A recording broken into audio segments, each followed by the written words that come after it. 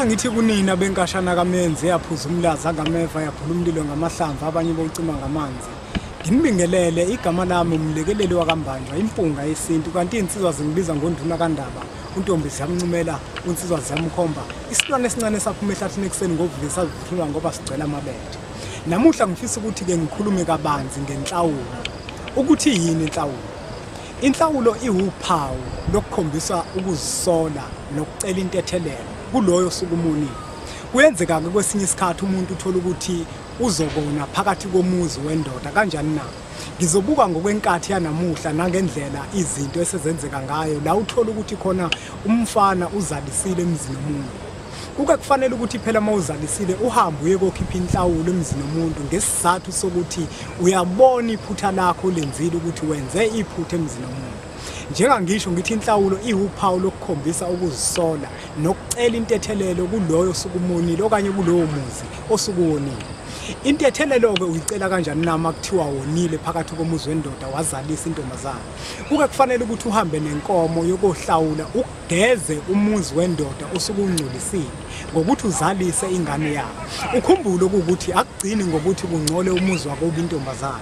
Nomuzi wakini wena nsizwa nawo uyangcoliseka ngesizathu sokuthi ithongo labo kantombazana ngenkathi liqala liphumela ngaphandle lihamba liye ethongweni lakini likhombisa ukuthukuthela bese nethongo lakini nalo liphumela ngaphandle ngesizathu sokuthi wena wonile emzini womuntu.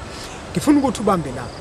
Ngenkathi uqala wona emzini womuntu uzalisa ingane yabantu ubizwa ngenja kulowo muzi. Uma ngihloniphisa ubizwa ngemalasi. Inja ayizalwa umuntu kodwa izalwa yenyinja. Ngenkathi ke manje naka wena usuthwese abazali bakho igama lenja. Yilapho ke laqala khona ithongo lingcole. Kufanele ukuthi uhambe uye kohlawula emzini womuntu ukhipha inhlawulo yokugeza umuzi uphinde futhi ukhipha inhlawulo yokuhlawula ingane usuzicelela ushwele. Yindaba uzokhipha inhlawulo yokuhlawula ingane.